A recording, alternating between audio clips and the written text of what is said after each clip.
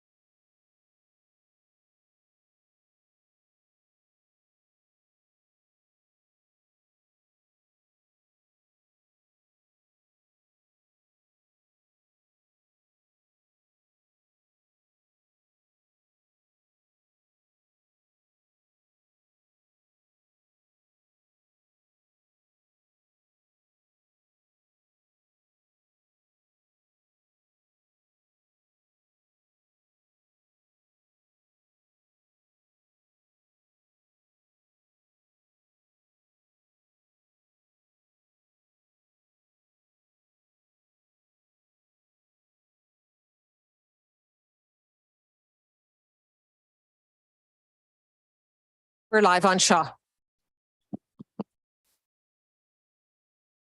Welcome everyone. Bienvenue, Anine.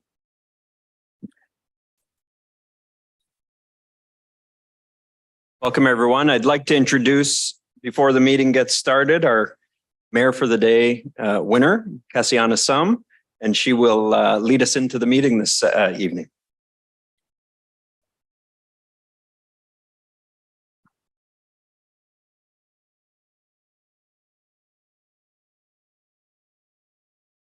With respect that we are in the Robinson Huron Treaty Territory, that the land which we are on gathered is the traditional territory of the Anishinaabe, home of the Garden River First Nation, Batchewana First Nation, and the Métis Nation, and that this area is historically known as Powhatan.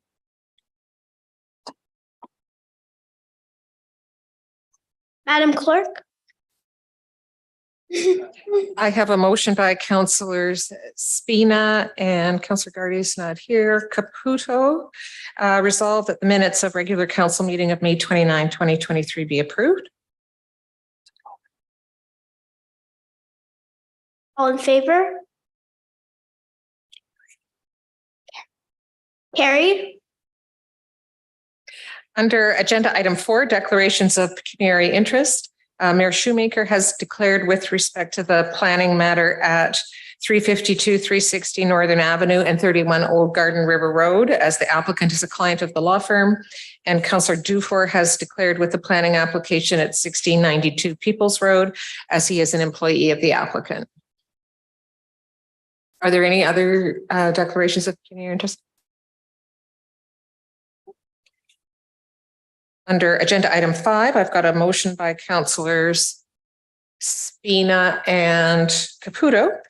Resolve that the agenda for June 19, 2023 and addendum number 1, City Council meeting as presented be approved.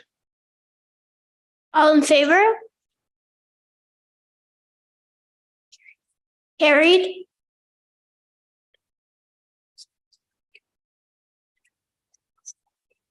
Staff, can you please play my video? This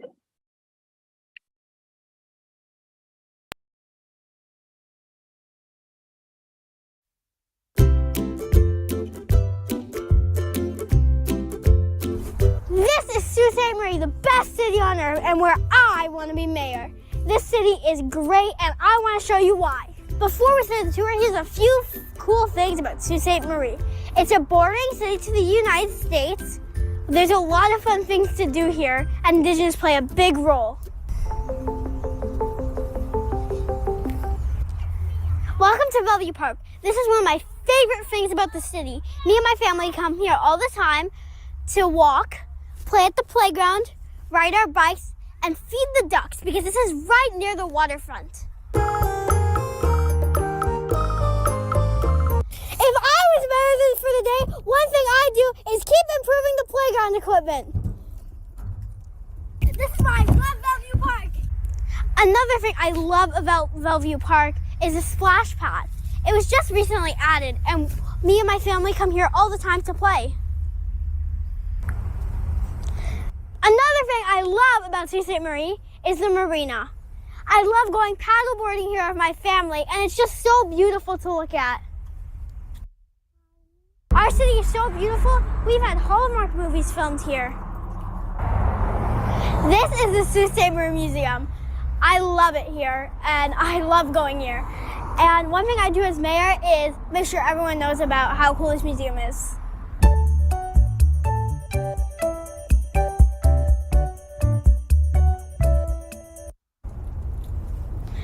We have some amazing artists in Sault Ste. Marie, and those amazing artists make amazing murals.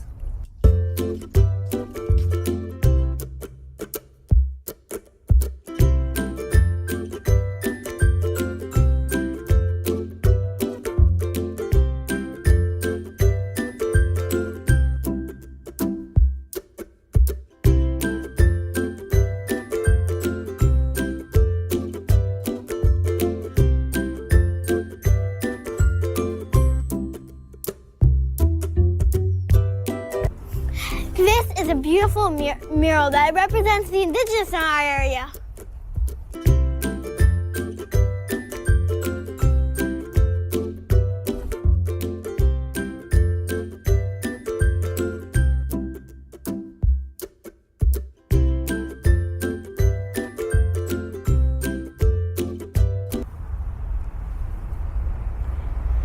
This is going to be the new Sault Ste. Marie downtown plaza. It looks super cool. I can't wait to go here. Another thing I'd improve if I was mayor of Sault Ste. Marie is keep improving resources for homeless and mental health. Here's a shot right on. They score! Pound power. Love that red and white. See them moving. Burning up the ice. How can anyone talk about Sault Ste. Marie without talking about the Sioux Greyhounds? This is a mural that a teacher at my school helped with. Wayne Gretzky played right here in Sault Ste. Marie. And in front of me is the Memorial Gardens. Marlies and Canadians. This is the Agawa Canyon Train Tour. It's one of the funnest tours in Sault Ste. Marie. I know, because I've been on it. Here are a few pictures of me doing it. It's been so fun. If I was mayor of the day, I would make sure everybody knew about it.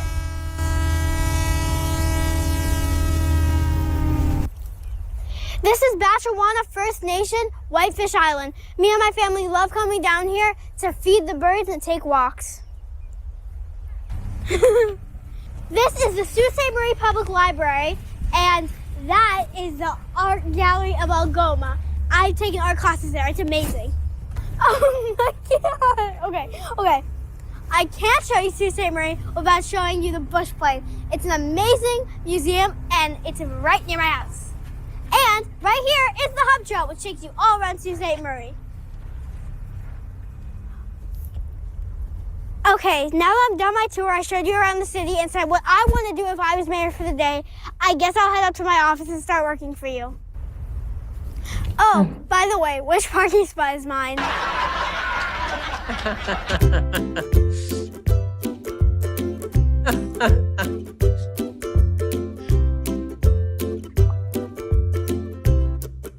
guess I'll just choose this parking spot for now. But another important reason why I want to be mayor is because I want to know how the city works.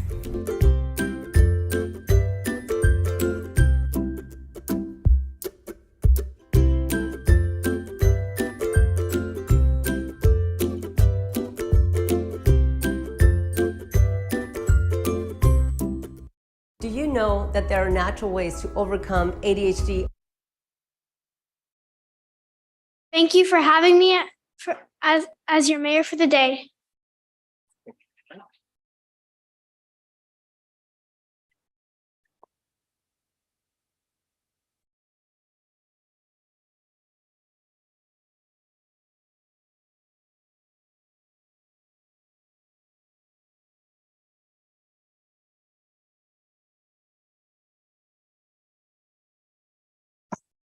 While we're up here, I'd like to call up the honorable mentions for the Mayor for a Day program. And so we will call up, if they are here, Tahim Islam,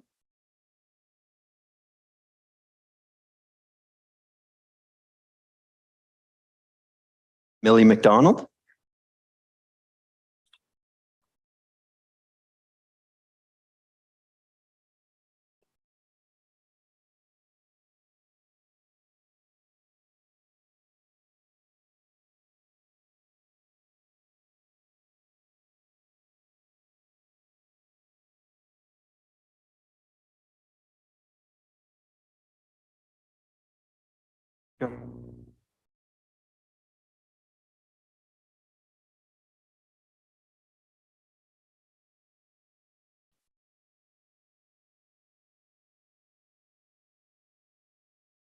Mia Slikinski. I did practice that.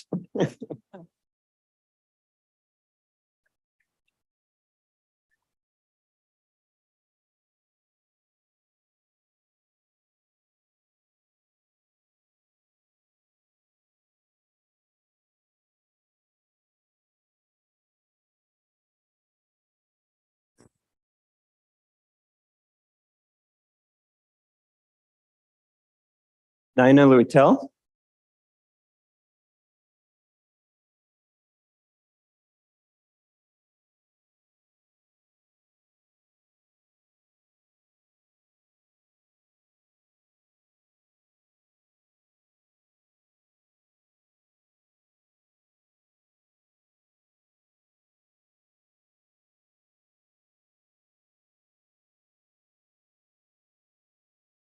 And Vivienne Mario.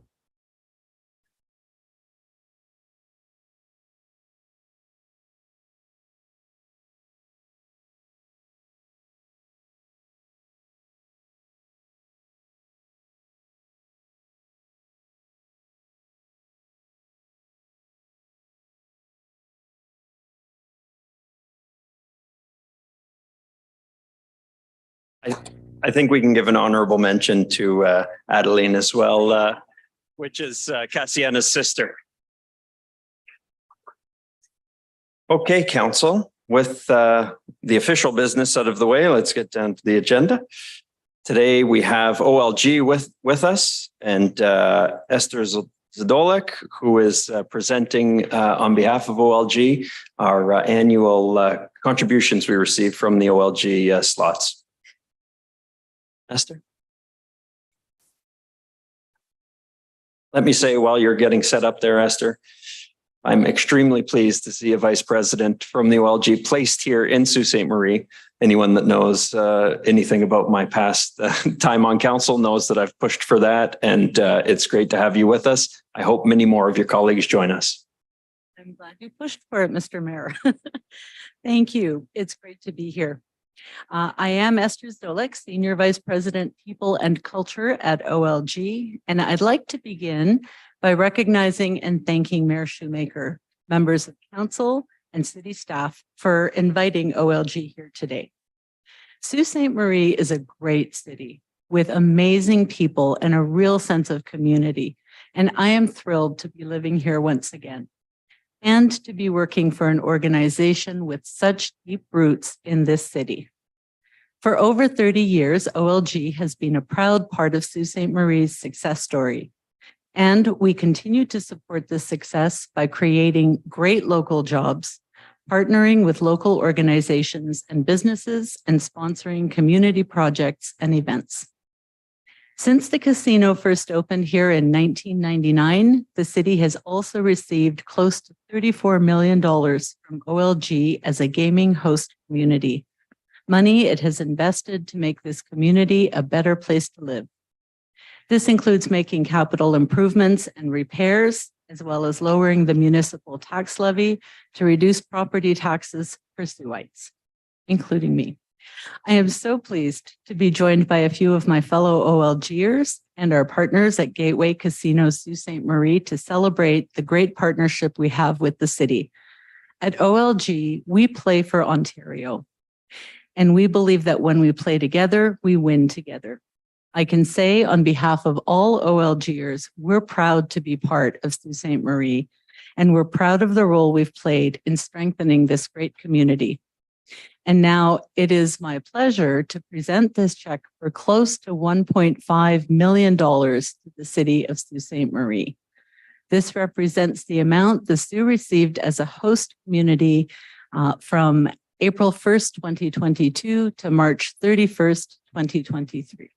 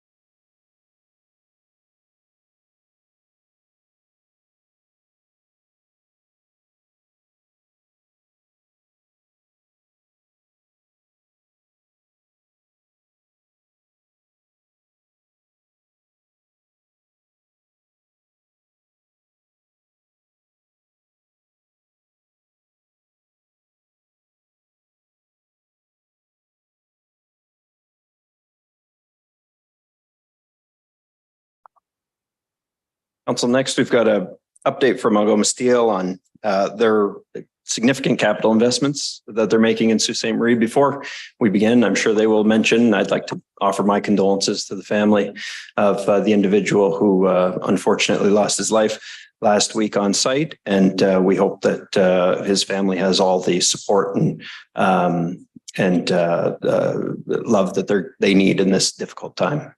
With that, I'll pass it to Mr. Garcia. Mr. Garcia, thank you for joining us. Thank you, Mr. Mayor and Council, for the invitation to provide an update on Algoma Steel. I will be reading from my prepared remarks today because we have so many exciting updates that I didn't want to skip over anything, which I have a tendency to do when I'm not sticking to a script. We greatly appreciate the opportunity to update you on some of the exciting developments we have underway. But before I do that, to Mr. Mayor's previous point, I do want to take a moment to reflect on the tragic incident that occurred at the steelworks last Thursday, wherein a contractor employee lost their life.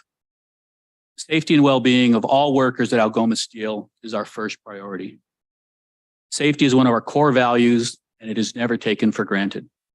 Immediately following the incident, a safety stand down was coordinated in the appropriate operating areas to acknowledge concerns, offer support, and ensure teams are in a safe frame of mind to resume work. This tragic event has shaken us all. We had counselors on site Thursday and Friday to support those employees and contractor personnel who were directly involved in the response effort. And we have encouraged all of our employees to avail themselves of counseling services going forward, which are offered through our employee assistance program. An investigation is currently underway, and from that, we will learn more about what transpired on Thursday. I share these remarks not only out of respect for a life lost, but as a reminder to all of us the critical importance of a safety mindset in all that we do, at work, at home, and at play.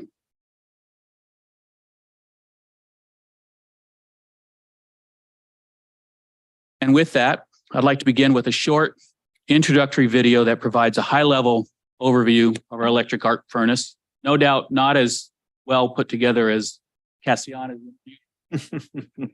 video, which I thought was great.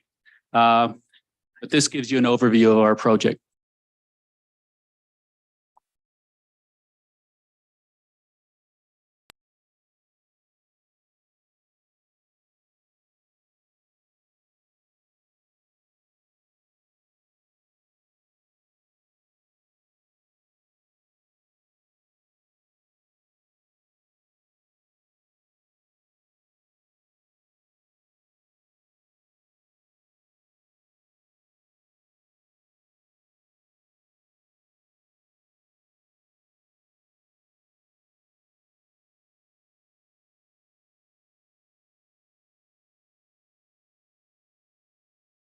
I will say it's a very exciting video. First put this together about 18 months ago at the beginning of the project, but we've since updated it with some of the latest shots, which I think you'll find pretty impressive of where we are to date.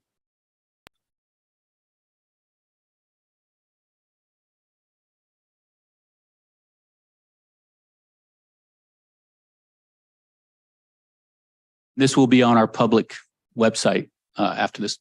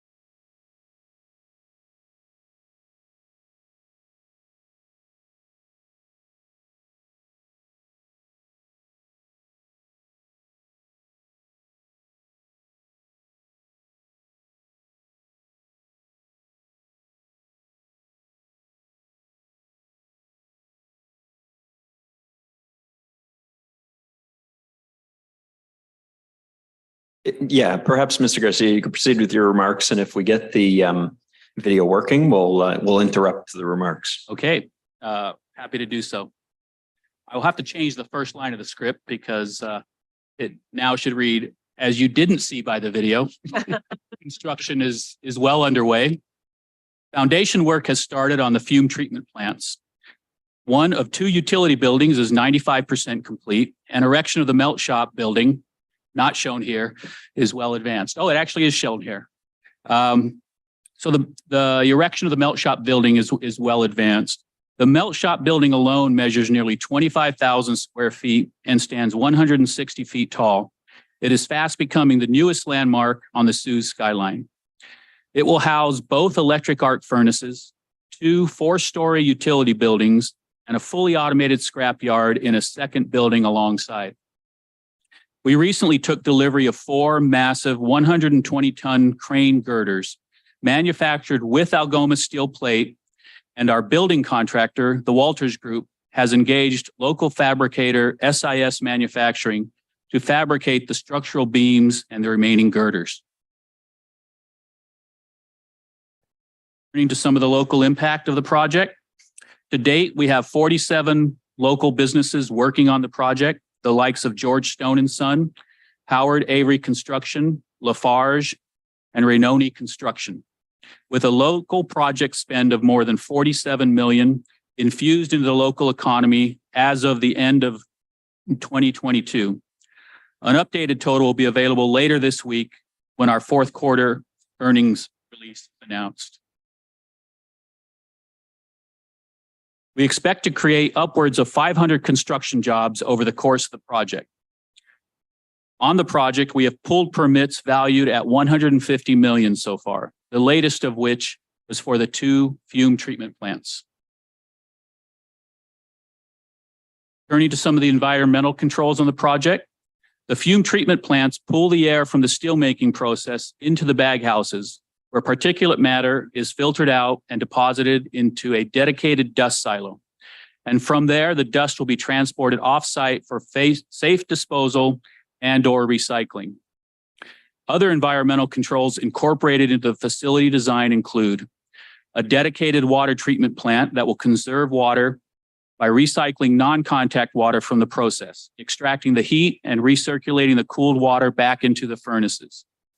Specially engineered furnace enclosures that feature large doors which seal shut before the arcing process begins, containing any sound, sparks, and/or dust particles. The building design itself also calls for heavy gauge steel and acoustic insulation to further buffer the sound of the operation. It is extremely uncommon to have this level of noise abatement included in an electric arc steelmaking facility, with only a handful of other electric arc furnaces around the world that feature this superior noise protection. During the transition, we will need to continue to operate the coke batteries and the blast furnace at a reduced level. And we will continue our comprehensive preventative maintenance program on all of these assets up until such time as they are decommissioned. A little bit on the transition timeline. Construction of the new facility is on track to begin commissioning in mid-2024. While the transformation is underway, Algoma will operate in a hybrid mode, transitioning away from basic oxygen steelmaking as more electric power becomes available on the Ontario grid.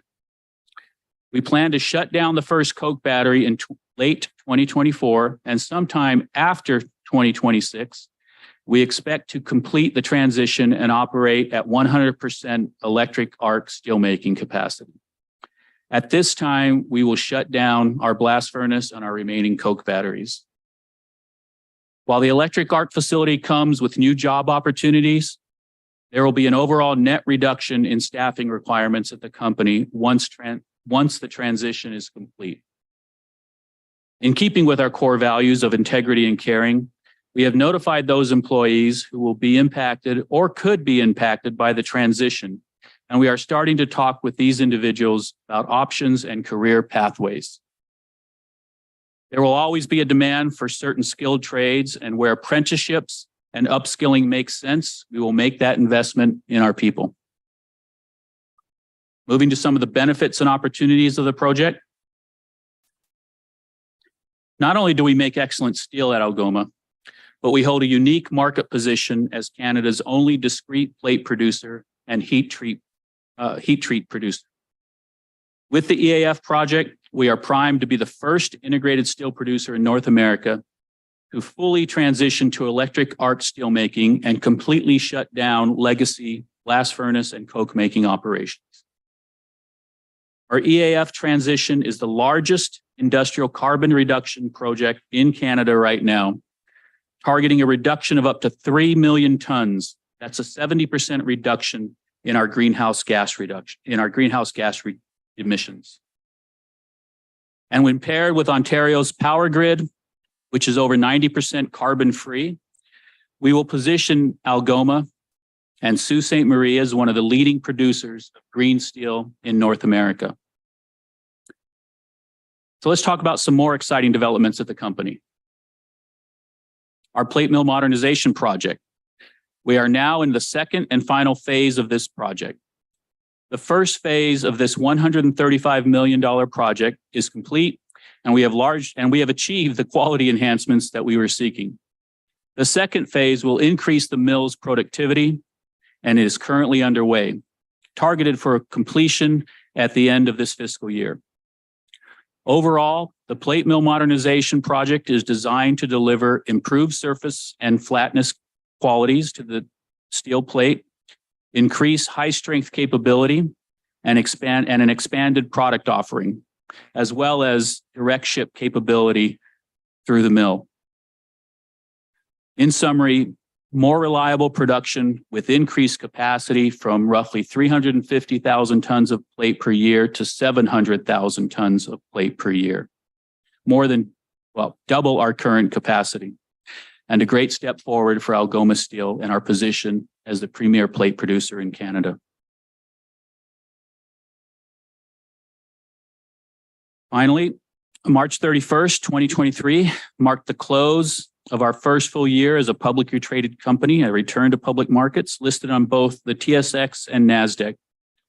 Fourth quarter and full year results will be released after market close on Wednesday, and our profit share payout will be released to employees on Friday.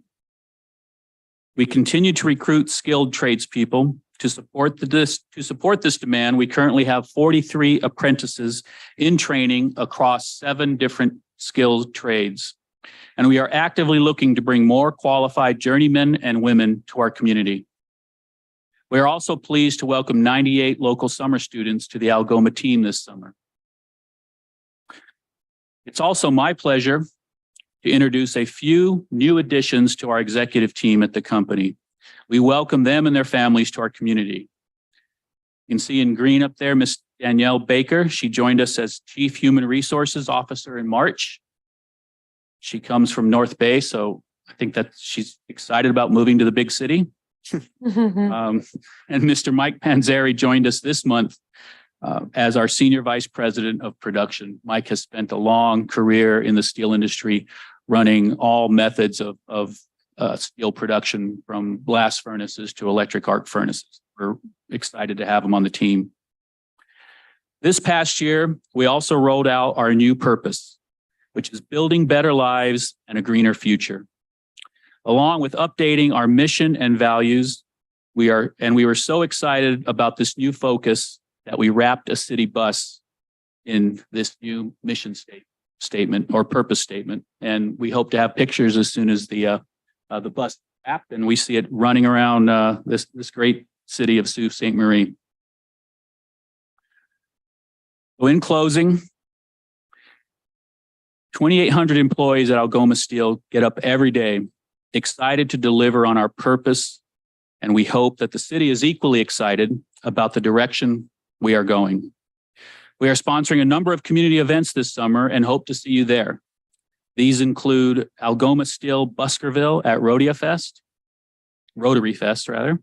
Pride Fest Loud and Proud Family Day, Gooley River Community Days, Arch's Great Bucket List Cycle, and the Hilton Beach Community Days, and many more events throughout the summer and fall.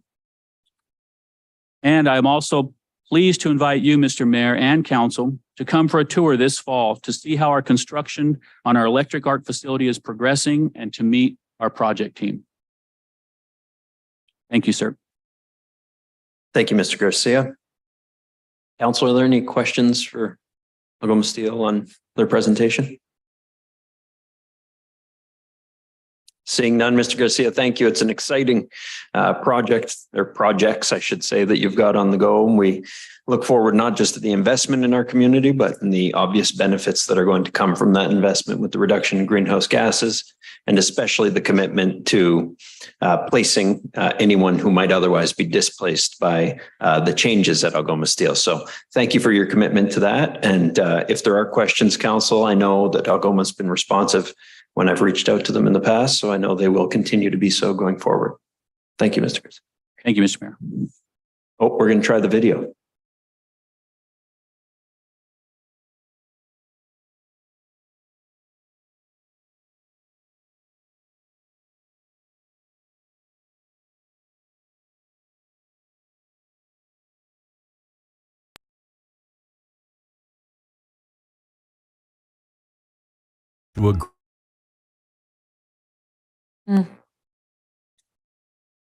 It will be available on our website. Algoma, is it algoma.com? Yes. I was Algoma.com. always told leave them wanting more, so Thank you, Mr. Garcia.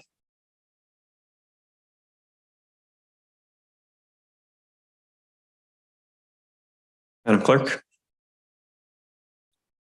That will bring us to consent. Councillor Vezoalan.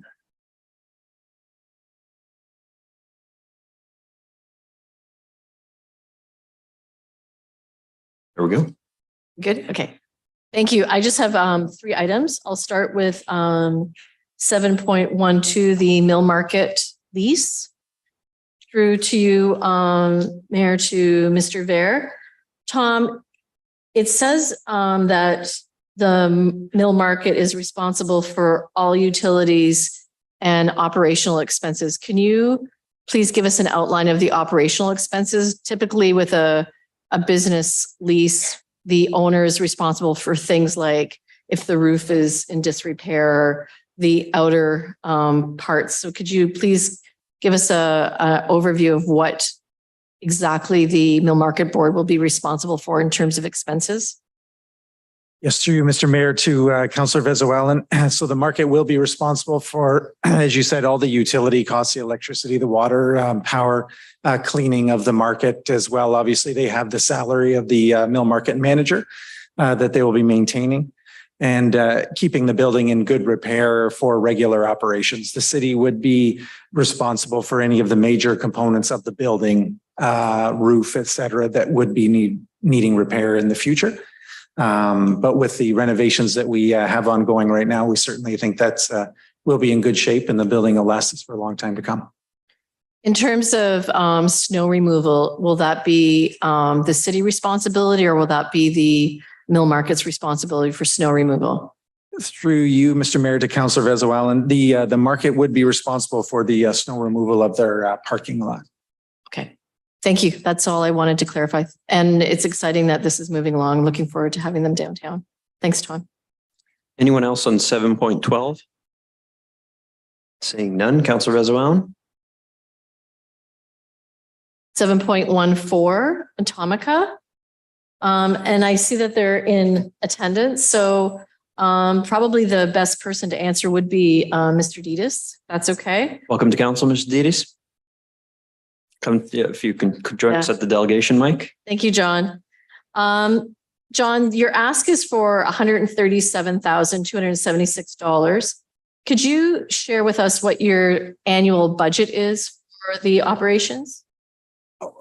It's increased since we've been at the Bushplay Museum for sure. Anywhere from $200,000 to $300,000 is our annual budget. We are not receiving federal, provincial, municipal funding as of yet. And only recently have we started to make a little bit of money at the gate for front entrance. So the money is predominantly for staffing for 3 full-time people. Could you please tell us approximately how many unique visitors Atomica has in a given year? So the Bush Play Museum estimates about 20,000 visitors a year. So we say we're getting about 15 of those. With our virtual teaching classes, in-person classes, we do about 20,000 students a year. And with our community events, I mean, last year Atomica went to 10 northern cities in Northern Ontario, from Kenora all the way to Temiskaming Shores. And then all the community events that we did in town, we estimate another at least 25,000 people. So we're seeing anywhere from 60 to 70,000 visitors a year. And currently, how many full-time and or paid part-time staff do you have? One. We just had that. And that's our new director, Chris Lee, behind us here. Yeah. City Council. Yeah, I just, I think Atomica is a really wonderful organization. I just wanted folks to know just the impact that you have, especially with the virtual teaching and the outreach. And I think that's really important. And it's great to see you in the Bush Plane. And I think that just makes a really wonderful partnership in addition to our facilities in Cultural Corridor. So thank you so much. Thank you. I just want to say one more thing. Atomica is no longer just an insectarium. As of last November and December, because we've expanded to include new programming and new types of animals and birds and fish and reptiles. We were accredited with the Canadian Museum Association and the Ontario Museum Association as Algoma District's first ever natural history museum. So that's a big thing for us and our city. So thank you very much. Thank you for sharing that, John. Councillor Caputo. Thank you, Mr. Mayor. Through you, Mr. Mayor, to Mr. Dides. I just want to start off by saying I have a little girl. We love going to Atomica. I've been bringing my nephew there for years. We love it. My concern with this is that giving this funding through the city, I worry will limit your organization to kind of remaining like where it is. I worry that it's not giving you enough room for growth. And I wonder, I saw in the report that partnerships were suggested with Science North or perhaps the Bush Plane Museum. And I wonder why those were turned down. As far as our capacity, so we're one step at a time. We moved from the mill market and only open 1 or 2 days a week to expanding to where we are now and 7 days a week. And just to keep our outreach program going is a tremendous, not a burden, but it is a lot to it. In addition to, we have an MOU agreement with the Bush Plane Museum to try and be open 7 days a week. So we need staff. Like I said, we're not making any other funding anywhere. And I think the other cultural organizations likewise would be in a tough situation if they weren't receiving funding as well from the city. Partnerships with other organizations are welcome, but we're only one of 4 insectariums in all of Canada. And to run an insectarium is really kind of labor specific or knowledge specific. So we would still need to be our own entity in partnership. I would have no problem with partnership, but I just don't know what that would look like in the future. So if we had somebody that wanted to offer us some partnerships or some ideas for us to work together, we would be open to that. We tried years ago with Science North to go there, and then that just wasn't something that they were potentially interested in. Another expansion possibility that we were looking at, we brought a proposal last year to council for the Bellevue Park Butterfly Community Center, and that could have been a way that if we needed to, we could have expanded and in our operations and the footprint for our building. But right now, because of our limited funds, we like being at the Bush Plane Museum. It's a tremendous place. Our footprint is small. Our expenses are kept lower that way, and we can focus on our outreach and the operations as they are right now. Okay, so to be clear, no one canvassed the Bush Plane or Science North about this particular partnership. Yeah, we've talked to them already, but they're not in a situation to take over and provide us with the funding that we would potentially need. So for them to partner with us, I mean, we partner on so many things, but for them to take us over would mean that they're going to take over all of our expenses and all of that sort of thing. With that said, we are indirectly partnering on a lot of things. So they are helping us out with our finances every month and doing our bookkeeping, Hilda. They help us out with our merchandising at the front foyer, and of course, ticket sales and admissions, and now this year, school bookings and things like that. So although there's not a formal partnership, we have a lease agreement and an MOU agreement that includes all of those partnerships. So you could say we're as pretty close to partnering as we could possibly be, except we're not under the name, the Canadian Bush Plain Heritage Center. Right. Okay, I just, my business brain automatically goes to expansion and things growing. And I see what a wonderful program you have there. And I do think there is a lot of room for, no offense intended, I think what you're doing is great, but there is always room for growth, right? And I just worry that going this avenue and having the city fund it for this amount of money is leaving you in a box.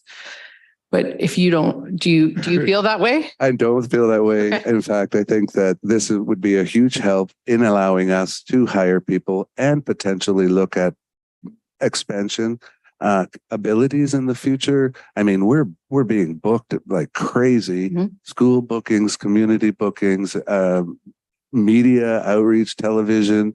What's the name of the wilderness company, Chris? Brave Wilderness. I don't know. Your kids probably know it. They've contacted us recently. They're the big people in the world. The guy that gets stung and all the things. So they want to do things with Atomica, but we have to start somewhere. And I think that we moved into the Bush Plain Museum March 2020, and pandemic hit. We shut down 9 days later. So just the fact that we're here today is quite a miracle, in my opinion. But yeah, I think this is a big step forward into us actually expanding, and who knows what the future may hold. Okay, I appreciate it. Thank you so much. Thank you so much. Councillor Bruni. Thank you, Mr. Mayor. And I know this will come down to the budget time, but I have a couple questions to Mr. Anderson regarding what funding have we provided to Atomica in the past? Through you, Mr. Mayor, to Councillor Bruni. To date, we've provided a total of $163,362. Okay. And out of the 163,000, where did the money go towards? Employment or?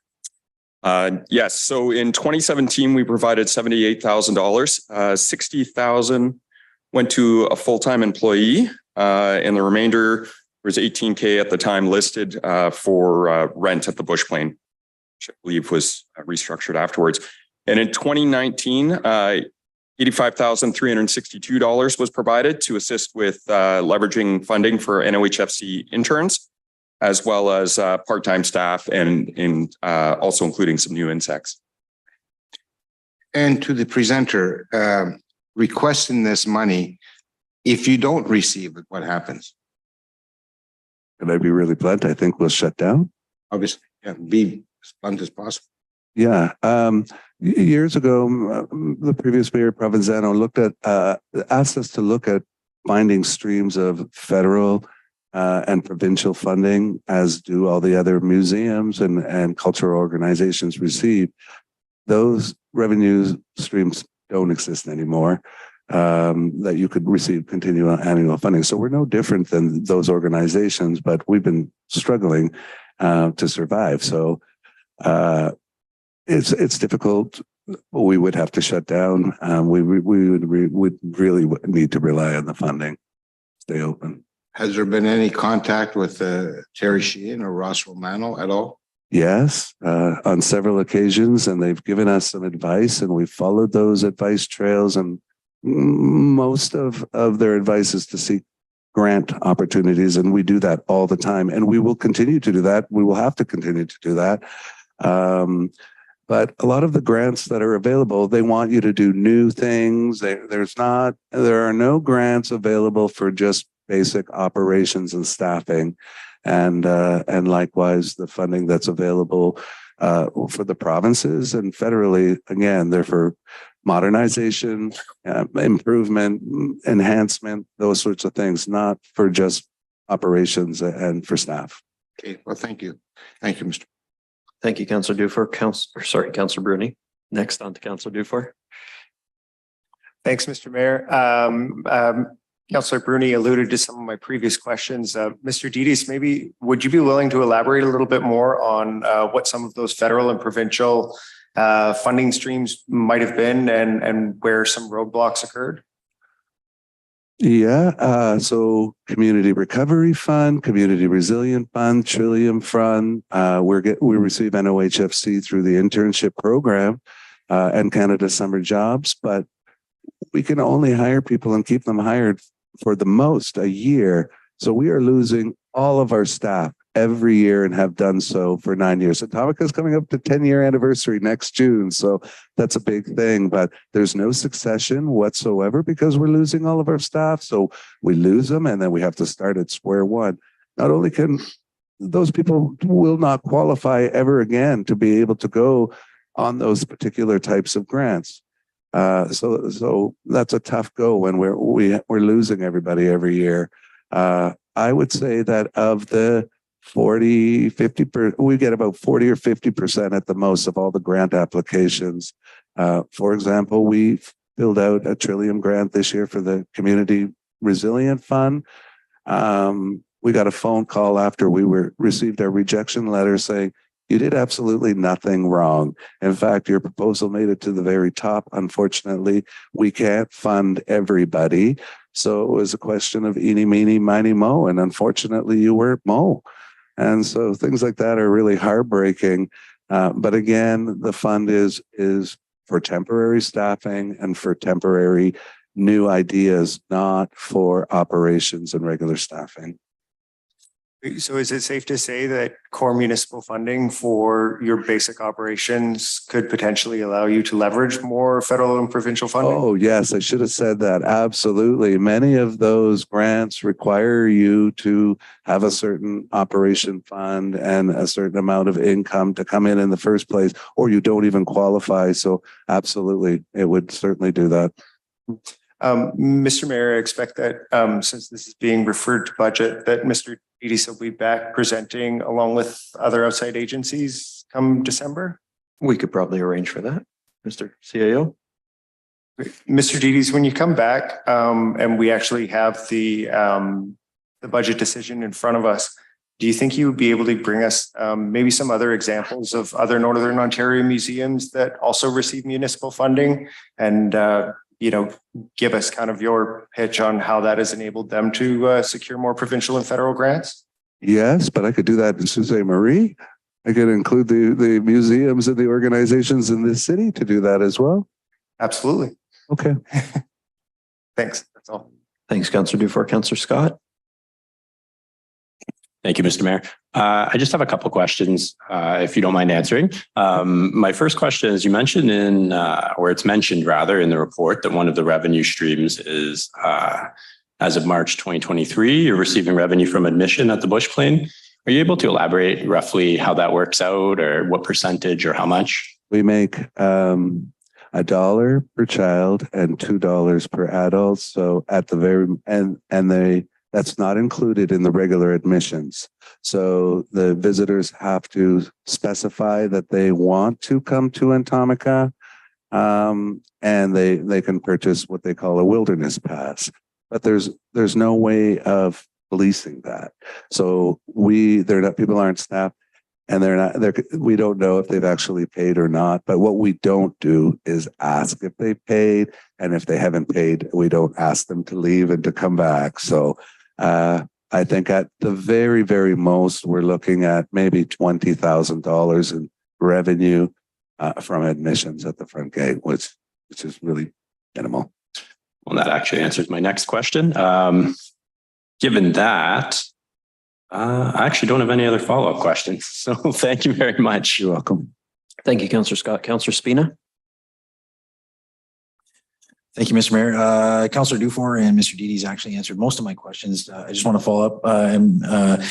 Mr. Dedes, I think you're well equipped to answer this, but I won't ask you. I'm going to ask city staff. I believe Mr. Ver probably. Do we fund other museums in town? If so, which ones and how much? Through you, Mr. Mayor, to Councillor Spina, we do fund other museums in terms of the Sault Ste. Marie Museum has an operating grant. Obviously, the Ermitinger Clerg Municipal Heritage Site is part of the city operations. I don't have the numbers in front of me, but we can get the numbers for you. Sorry, that's okay. I don't really need the numbers, but how many different museums would you say we fund in town? I would say really, arguably all of them, with the exception of Atomica. Yeah, and sorry, I left out the Bush Plain Heritage Center. We do have an annual allocation to the Bush Plain Heritage Center as well. And the Art Gallery of Algoma as well. And the Art Gallery of Algoma. Yeah, so literally every arts and culture museum in town except Atomica. Okay, thank you. Thank you. Councillor Spina, anything else? Any other councillors with Councillor Zagordo? Through you, Mr. Mayor, to our presenter today. It seems like students are playing a large role in attendance and participating in the Atomica. Has there been any thought given in approaching the school boards for some kind of agreement that you could work with them in looking for some additional funding? Is that a possibility? We have, and for them to just give us outright funding has not been a possibility for them, but they are willing to help us out with our programs. We just developed programs with the Art Gallery, the Old Stone House, the Bush Plain Museum, and the Innovation Center for modules that are really new and innovative. But we received a $64,000 government grant, and now we're able to go to the schools and provide the programming for free. For us to collect $64,000 from the school board, it would be an insane, unrealistic amount of classes. So again, working together with these people helps us to leverage to receive grants and to receive funding far greater than we could strictly from the limited budgets of both of the school boards. Okay, thank you. Thank you, Councillor Zagordo. Any other councillors with questions? I had a question either to Mr. Ver or Mr. Anderson. Is it possible that City Council could structure some type of funding to say it would be up to the amount requested, which would put the onus on continuing to apply for grants, but knowing that there's a city fallback in the event that the grants didn't come to fruition? Through you, Mr. Mayor, to you, Mr. Mayor. Yes, I believe that is possible. The city could structure an agreement along those lines. Perhaps at budget time, we could have some additional information on whether that's been done and what it might look like. Any other councillors with questions on this agenda item? Seeing none, Councillor Vezo-Allen, we are still with you. This is my last one, 7.22 to Mr. King. I just want to acknowledge and thank Jeffrey for all the work on this file. Vacant buildings, as we know, is an issue in a lot of northern communities that we just didn't have the wherewithal because it's sort of schools are now closed and empty and various other buildings. So Jeffrey, thank you so much. My only question is really about the register. So will that just be another step for bylaw to seek out and register the vacant buildings? Like how operationally, and I'm looking at a workload, capacity, how will that transpire? Yes, through you, Mr. Mayor, to Councillor Vezo-Allen, we've put the wording in the bylaw with respect to registry with the intention of having that roll out January of 2024, which will enable the task force to really dig into and look at those logistics. The idea being that the building division, specifically the bylaw officers, have been looking at these buildings, deeming them vacant and adding them to a list. With a registry, that would enable the owners to come forth with that information if they know that they'll be sitting on a property for a prolonged period of time and that it would remain vacant. And they could be forthcoming with that information as well as leaving their most accurate and recent contact information, and hopeful that that will allow the process to roll a little bit smoother than it has. Thank you. Thank you very much. Nothing further on 7.22. And Councillor Dufour on 7.22. Yeah, thanks, Mr. King, for the very thorough report and bylaw. I was just wondering, does the intent of the vacant buildings register distinguish zoning classes of buildings? So currently the language that's in there would cover off all buildings so that all of the buildings that are subject to potentially the types of violations that we've been seeing where they require boarding or the city would want to make sure they can leverage an order or have immediate contact information. So be it a residential property or other would be important and key. So we didn't dive into those specifics within there and simply labeled any building. That would leave discretion to the officers for sure in terms of where that building is at in terms of its vacancy and the problems that it may be posing to the community. Okay, so is it potentially possible for, let's say, commercial buildings to be part of the vacancy rebate program, but also still be covered under the vacant buildings registry at the same time? There could be some potential overlap as worded currently, yes. The majority of those commercial spaces could fall to a percentage of the building being vacant as much as the building in its entirety. And that would have to play out in time and seeing the overlap that may present itself. Okay, thanks for that information. Thank you. Councillor Dufour. Any other councillors with questions on 7.22? Okay, seeing none. Councillor Vezowan, that was all for your list? Thank you. Anyone else with items on consent? Councillor Caputo, I will just note we've got 2 minutes until planning, so we can get started on an item. My first question is on 7.13, the delegated authority for the Tourism Development Fund.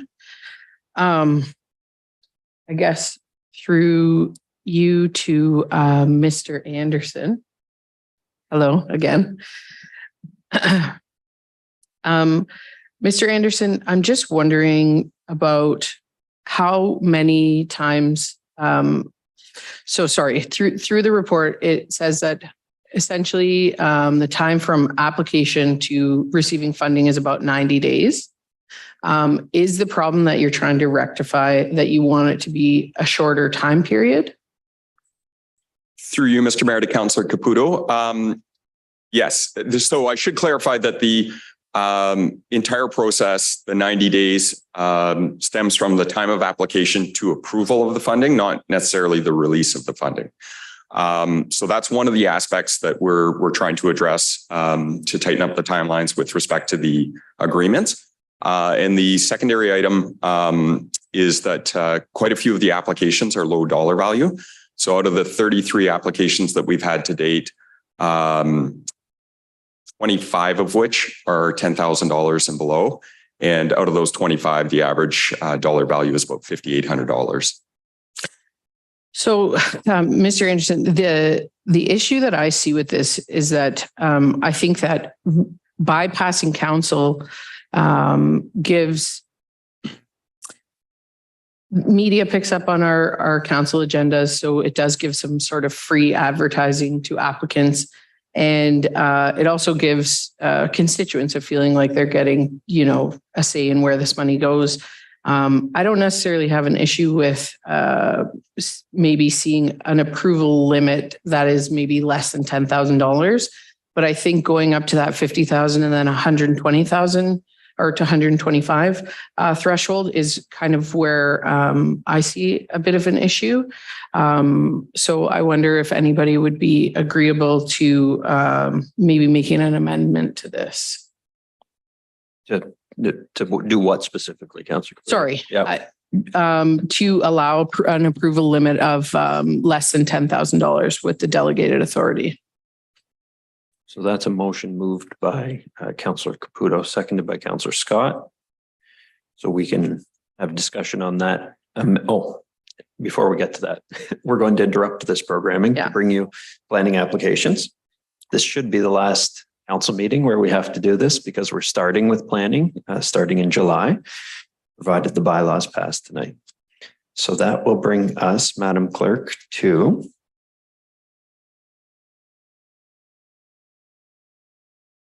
that brings us to agenda item 8.7.1, A223ZOP 1692 Peoples Road.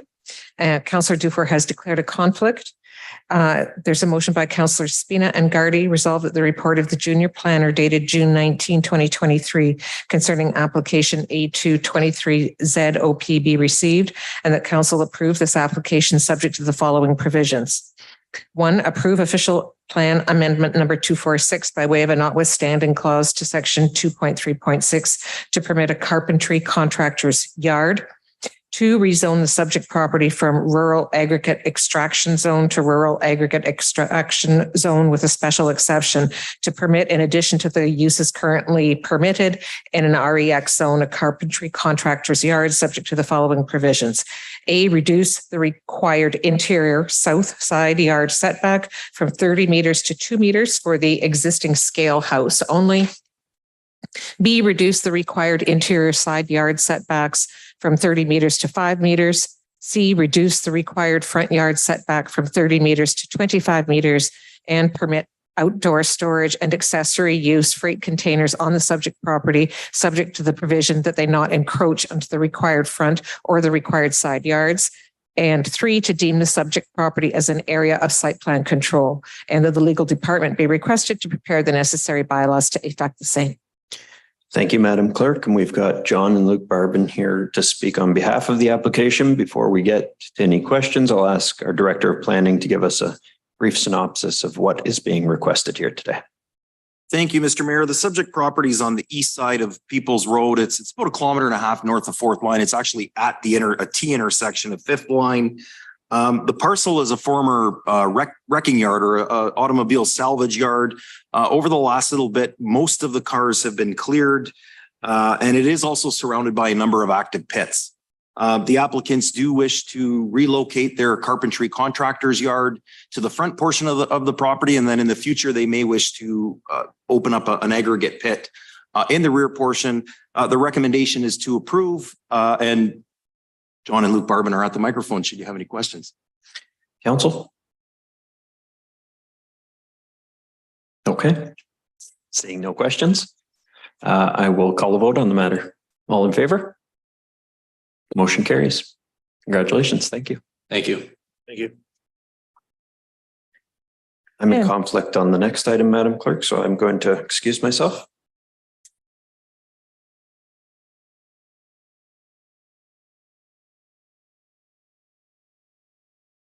Application A323ZOP 352-360 Northern Avenue and 31 Old Garden River Road, Cara Community Corporation.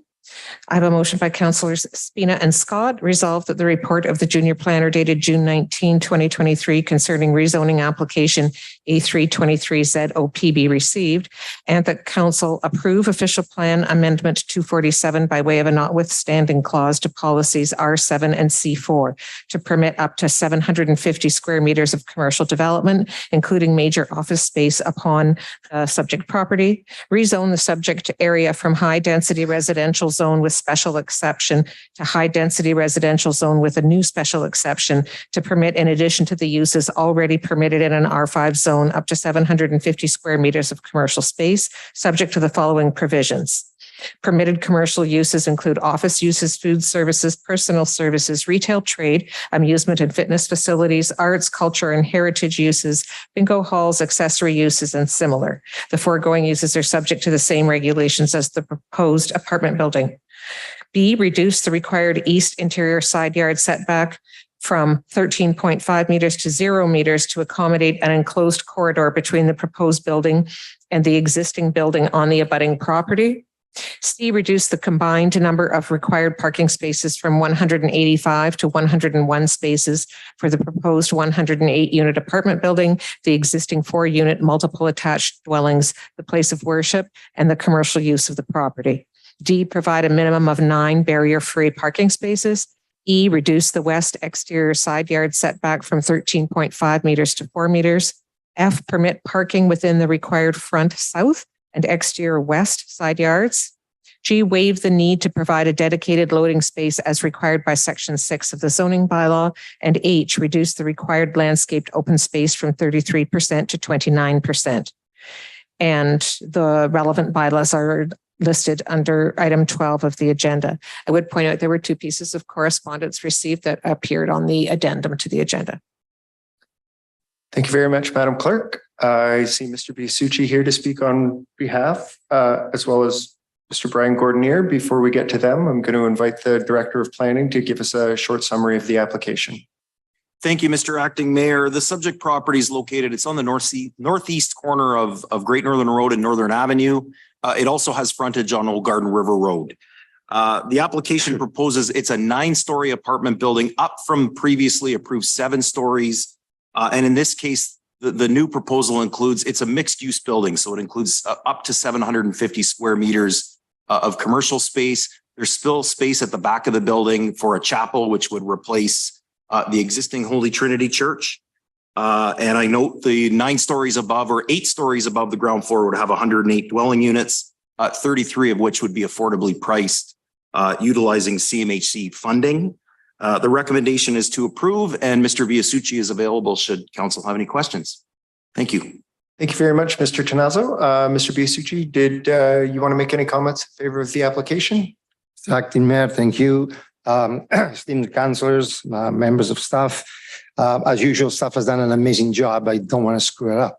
It explains very well what the intent is. We're basically by necessity vis-a-vis the funding and the requirements to be able to afford the 33 units of affordable housing. We have to find the magic of how you're going to float the affordability with the market rents. And the numbers are what they are. Most of the funding streams are out there for purpose-built rentals. Max out around somewhere around 102 to 103 units. Anything less than that, you basically don't qualify, whether you're going through any lending streams, whether it be government lending streams or private bankers.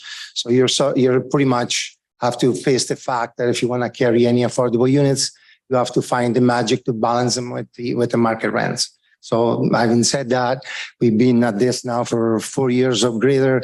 Mr. Gardner is here from Kara, and we've become very good friends over the last 4 years in trying to get it built in different ways. And unfortunately, this is about the only way we can balance the required budget that is necessary to approach any funding institution with, and be able to provide the affordable unit. Kara has been in our business for forever, and it's something that, along with us, wish to maintain. There seems to be a lot of emphasis on the fact that there's some residual ground level space marked as a rental property of any, the uses, as you well know, once you talk what's permitted in a particular zoning use, a whole host of things open up.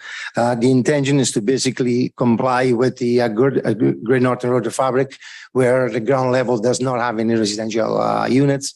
The Trinity Church will be replaced 100% on the original intent.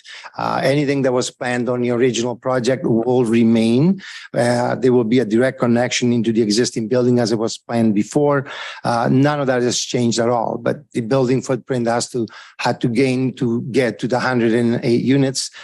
We are including an underground parking garage with it. The reason for the underground parking garage is twofold. One is to maximize the use of the land. The other is to be able to create the affordability necessary to float the finances. So it brings the building into a whole different state of housing, whereby the market rents will be able to support the affordable rents with all the additional amenities that you would normally get out of a purpose rental building. This is more, and you'll soon see what's happening with the Legion building. And when it's all put together with balconies and whatnot, it will start to change the streetscape and skyline of Great Northern Road in a very positive manner. Thank you, Mr. Bisuji. Do any members of council have questions for the proponent? Okay, Councillor Vezo-Allen. Thank you. Through you, Mr. Acting Mayor, to Mr. Tonazzo. Peter, I noticed in the reports that there was not any traffic report, and I was at Accessibility Committee last week, and I know Councillor Caputo has voiced opinions on this. There is a large, big concern about the lights, which happens now because we have folks using a lot of assisted devices crossing Great Northern Road and to go to obviously Winners, Metro, which is fantastic that it is just across the street.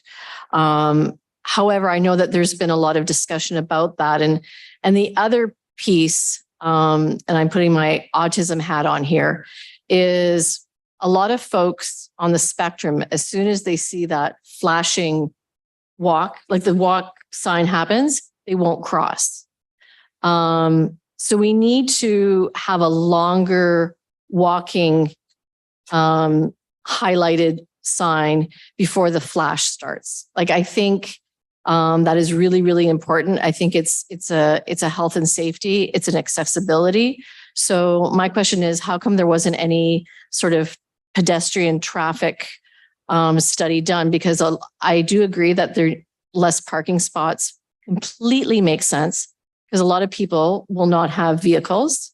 So could you please explain that to me, that and also the widening of the sidewalk? Because for a lot of these devices, larger wheelchairs, it takes up a lot of space. And my other question, which I'll ask Sam after, but could you please explain the traffic, that there was nothing in the report? Perhaps Mr. Tonazzo, you can speak to that first. Through you, Mr. Acting Mayor, to Councillor Vezo-Allen. I can answer the first part of the question, and then I'm going to turn it over to the manager of engineering to speak to some of the pieces about the crossing. But we looked at it. We didn't feel that because it is a very pedestrian area, and that's not to say that there isn't room for improvement. But we thought that the area is actually well served from a pedestrian standpoint. It's on a corner of two extremely busy, if not one of the busiest corners that we have here in Sault Ste. Marie. And we were of the opinion that the amount of change between the 7-story and the 9-story and the commercial activity actually benefited the area. And we felt that a traffic impact study wasn't warranted for this increase. Thanks, Mr. Tonazzo. Mr. Rumiel, did you have something to add? Mr. Acting Mayor, to Councillor Vezo-Allen, I guess I'll answer the second part of your traffic question first. You're right. There is the walk time is a combination of the walk symbol and the flashing hand, the flashing don't walk. I don't know what the splits, what governs the splits. I will review that with our traffic operations staff and the applicable guidelines, Ontario, and possibly there's something we could look at from an operations standpoint. As far as accessibility across those major arteries, again, we turn to the Ontario Traffic Manual, which is a set of guidelines. We follow them where we can. We deviate from them where we can at times too. But they set things like walking speed for elderly or disabled or young people, and those walk and flashing don't walk times on Great Northern Road and Northern Avenue at that location. After reviewing with operations staff, we actually exceed the length. And I agree that the flashing don't walk is longer, but the time to cross the road is actually greater than what the province would recommend as a safe range by a significant amount, actually. I certainly appreciate that we are in compliance with the provincial government, but this is actually real lived experience from folks that are trying to cross there, and there's a lot of issues. So I would appreciate if both of you could reach out to Diane Morrell at the Accessibility Committee and possibly even go with some folks that are having issues crossing there and have their experience through their eyes. And I think that would be really helpful. There needs to be guidelines for sure, but this is a unique area, especially when you're dealing with the 4 seasons and when people are trying to cross there in the winter. It's all about health and safety and making sure that we are giving people appropriate time to get to their everyday needs, such as buying groceries. So I would really appreciate that you would go see Diane at the accessibility office and continue this conversation, because I do have concerns, and not from me, from people that I'm on the committee with and with other folks that are using assistive devices. So I think it's really something that we need to take a look at, because that is a very busy intersection in our community. Thanks, Councillor Vezoellen. I believe the CAO can speak to some of that as well, some of your direction. Through you, Mr. Mayor, to Councillor Vezoellen and Council, it's an issue that's been raised. It's somewhat separate to this zoning application because it's existing residents that are raising it. We can follow it up at the staff meeting tomorrow and sort out some further outreach to the Accessibility Advisory Committee. Thank you. And my second question is for Mr. Biasucci. There is a severe lack of adult change tables in public restrooms. So in the public space at Care Community, will you have a public washroom that has a adult change table in it, or are there no public washrooms in the facility? Mr. Acting Mayor, to Councillor Vezoellen, yes, of course, there will be a fully accessible washroom dedicated on the main level. It will be public use to the building. There will not be public use. Obviously, pedestrians coming off the street. It will be a secure building, but it is quite large, and it is more than sufficient. Mostly for you got the chapel use and you have other accessory use in the building. There's a community room geared for the users of the building and all of that. So there are several washrooms on the first floor, and one of them will be dedicated to the fully accessible use. But will it have an adult change table? They're all equipped with it. Okay. They're all equipped with it to follow the terms. Whether we'll actually have one installed depends on the needs at the time, and they've all been like that. I've installed dozens of them, and in probably the last 5 years, we've installed one change table because it requires the assistance of someone to be able to help with that. And a lot of places don't have the assistance that we, probably the last 2 that I've ever done were in schools, and assistance was provided. Yeah. Okay. I think with the population at Care Community, I hope that you are able to facilitate an adult change table in that accessible washroom. It is certainly one of the amenities that we won't overlook.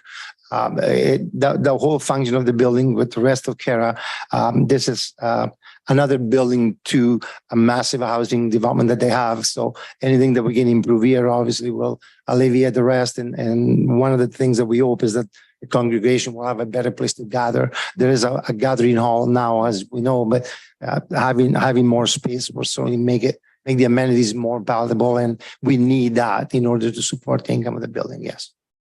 Well, thank you. I appreciate your answer, and I support the project. I think it's really critical to our community, and thank you for all your hard work and for your new partner in crime that you've gotten to know. So looking forward to having more affordable and accessible spaces for our folks to thrive in our community. So thank you.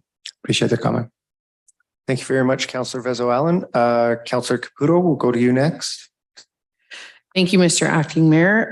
My first question will be through you to Mr. Tanasso.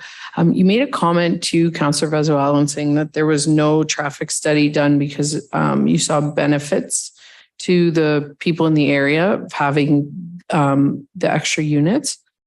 Can you go over what those are and why it would make us not do a traffic study? Through you, Mr. Acting Mayor, to Councillor Caputo, I think with regards to the decision to ask for or not ask for a traffic study, we were of the opinion, staff was of the opinion that the increase proposed with this application in relation to what was approved in 2020 was quite small, and that we didn't think that warranted a traffic study, which there wasn't one required at that time either. And again, that was due in part to how busy of an intersection this is and how it really fully integrates itself. And we're of the opinion that it's actually well serviced from a pedestrian standpoint. Certainly there's been some issues raised with the crossing time of getting across, and that's certainly an operational issue that we can look at. But in terms of sidewalk transit, active transportation infrastructure, it's there. Okay, thank you. My next question would be through you to Mr. CAO. You said that tomorrow you're going to address some things at your meeting. I was wondering if we could also be looking at the curbs coming down off of to allow people into those roads and the sidewalks. I attended Mr. Biasucci's proposal, and many of the people that were present had a really hard time getting their wheelchairs down off of the curbs. They're kind of maybe a little bit old and broken. And I can speak to it from a perspective of even trying to get Leo's stroller down off of there. It is a little bit difficult. So if that's something that you could also bring up tomorrow, that would be really appreciated. Yes, we'll follow that up. Okay. My next question is, I think to Mr. Biasucci or perhaps Mr. Gardner, we had some concerns about the internment. Apparently there are the ashes of some folks at Holy Trinity. Can you address how those have been handled and what you have done to ensure the respectful process of going forward? Mr. Acting Mayor, to you, Councilor Caputo. It was a bit before my involvement, but I will ask Mr. Gardner if I'm allowed. Would you please come down, Brian? We have reached out. There was a process followed. I was satisfied that the process that was implemented and followed was indeed the right process. We've basically entered into an agreement on a clean site. So I will let Brian continue this. Welcome, Brian. Basically, all I can speak to is Carrick housing. Communicated when it came to communicated. Yeah. I've got it. I communicated with the Diocese of Algoma to find out the details. And I believe an email went through to Mr. Tenazzo's office, and that would probably without me jumping skis. Sure. Peter, if you can answer that for us, that would be great. Okay, through you, Mr. Acting Mayor, to Councilor Caputo. So yes, an email did come in at 5:02, which I have forwarded around to a few folks. And it's essentially what they're saying, and it's consistent with what I understand is that it was a scatter garden and it was removed or relocated, to St. Luke's Cathedral in late 2020. So actually just before the previous rezoning, and that I want to get the name right here. The Bereavement Authority of Ontario. It was done according to this email, it was done in accordance with the Bereavement Authority of Ontario regulations, and that on November 29th, the office of the Archdeacon did receive an email from the Bereavement Office of Ontario suggesting that everything was done to their satisfaction and they wouldn't be taking any further action on the matter. Thanks, Mr. Tenazzo. I believe our CEO also has some information as well. Mr. Acting Mayor, members of council, the two letters of objection referred to bylaws of the city and said that they weren't followed.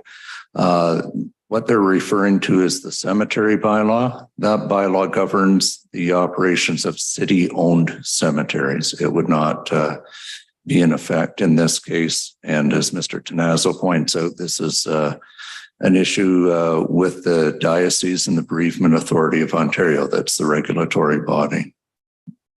Perfect. That's good to know. Those are all the questions I have. Are there any other questions from council for the proponent? Councillor Gardy? No, I'm just following up on Councilor. So this letter here that you received through you, acting mayor, to Malcolm or Mr. Tenazzo, this letter that you received confirming everything was copacetic with the Bereavement Authority of Ontario was from whom? I missed it. I believe it was on the addendum as fresh correspondent. I think it's Miss Lorna Rudolph and Mr. David Pollock. Excuse me, Councilor, are you speaking of the response? Mr. Tenazzo referenced the letter. Yes. That came in at 5:02. Yeah, that's a letter from the diocesan archdeacon and executive officer of the Diocese of Algoma. Thank you.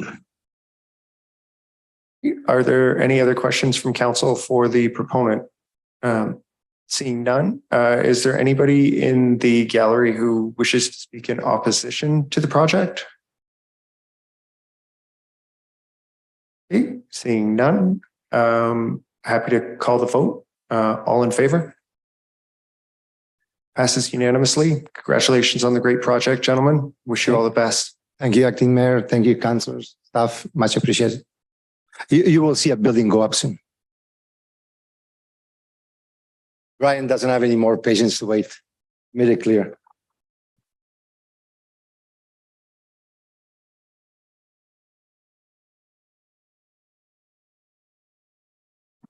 Okay, council, that brings us back. Councillor Canuck, did you vote in favor? Councillor Kinnick? Councillor Kinnick, were you in favor of that? That brings us back to, I believe we were on agenda item 713, Councillor Caputo. Yes. Mr. Anderson? So we just proposed an amendment that was seconded by Councillor Scott. So I don't know how we proceed. Thank you for reminding me of that. Yes. Now that I've got my bearings. Got it. Council, is there any discussion on the amendment? Councillor Gardy? Just because of the break, the pause there for planning, could someone reiterate to me the change we might anticipate? Yes, I believe the change was to cap the approval authority without having to come to council at $10,000. And through you to, who's this going to? Whoever, Mr. Anderson or Mr. Mayor. So through you, Mr. Mayor, to Mr. Anderson, the report sits consistent with the city's procurement policy as it stands right now, correct? That is correct. Okay, thanks. Just needed some clarification. Thank you, Councillor Gardy. Councillor Bruni? Mr. Mayor, is the cap only for Mr. Anderson or? It would, as I understand, be for Tourism Development Fund applications. It would not change the general procurement authority of Mr. White or the others in the organization. Thank you. So, any other questions or comments on the amendment? Councillor Dufour? Yeah, through you, Mr. Mayor, to either Mr. Ver or Mr. Anderson. If the proposed amendment passes, can you give us an understanding or an idea of what that would imply for Tourism Development Fund applications? Through you, Mr. Mayor, to Councillor Dufour. Not much would change. The way that it's currently structured is that staff receives the applications. We do a review of the applications based on eligibility criteria, run it through a matrix to do a scoring. We bring it to an open Tourism Sault Ste. Marie board meeting, which is also attended by the media at times and is open to the public. The board then votes on those applications as to whether or not they want to recommend them for approval. The distinction would be if we were allowed the authorization of delegated authority, staff would then work with legal to enter into the agreements rather than bring them to council prior to entering into those agreements. Okay, and just to be clear, if I'm seeing this correctly, if it proceeds as amended, Mr. Anderson would have his approval stay as recommended in the report. It would be the approval of the CAO and of Mr. Ver that would be then constrained. Is that correct? Through you, Mr. Mayor, to Councillor Dufour, it's not that it's affecting Mr. Bear or my approval levels. It was meant to mirror those approval levels, the delegated authority. So in this case, if the amendment goes through, any application up to a limit of 10,000 will be approved at the staff level. Anything above that will come to council, as they're coming to council now for approval. So the only potential drawback would be that larger applications may take longer to get approved, given council's changed schedule. That's correct. I mean, they would follow the same process they're following currently. This report was brought to you looking for delegated authority to expedite the process. Okay. Thank you. Any other, Councillor Vizuela? Thank you. Through you, Mr. Mayor, to Mr. Anderson. Travis, on average, from the time an application is received, vetted, voted on by the tourism board, comes to council, what is the time frame from start to finish on average? Doing a bit of math in my head here. Through you, Mr. Mayor, to Councillor Vesno-Allen, I would say anywhere from 75 to 90 days. It's largely dependent on how complete the application is, whether there's any back and forth, the timing of when that application is received to when our board meetings are, which is Tourism Sault Ste. Marie meets the third Tuesday of every month, and then how that aligns with City Council schedule. And is there a recommendation in the application, such as, applications should be received a minimum of, say, 6 months prior to the event or that sort of thing? Because really a 90-day turnaround for a granting application is pretty fantastic in my world, in my granting world. I don't think I've ever had an approval for anything in 3 months. So is there that recommendation? Like, please apply at least 6 months prior to your event, or, because the process can take up to 90 days. Is that communicated with the groups that are applying? Through you, Mr. Mayor, to Councillor Vesno-Allen, we recommend, and we do have wording that stipulates that you must apply before 90 days. Okay. So I do support this amendment. I can understand for some of the smaller events and things like that, they might happen a little more quickly. But I'm comfortable with that $10,000 and not going above that. We do want people to do events but also we need to make sure that due diligence is done. And I know that it goes through a lot of eyes, but I think $10,000 is fair, and really 90 days is not, I don't think, a detriment to people in getting funding. So thanks so much. Thank you. Okay. Anyone else with questions or comments on the amendment? Seeing none, we can have a vote on the amendment. Is there a proposed wording for the amendment? These are bylaws, so I've just amended the bylaw under the bylaws section. There is not a motion under consent. Okay, so we'll have to pull this from consent, I suppose, is the consequence of that. Am I right about that? I've made the amendment. Mr. Mayor, you'll, since it's being implemented by bylaw, you'll just separate the bylaw. Gotcha. And move it when we do the consent portion of bylaws. Okay, thank you. So other than 7.13, Councillor Caputo, were there other items on consent?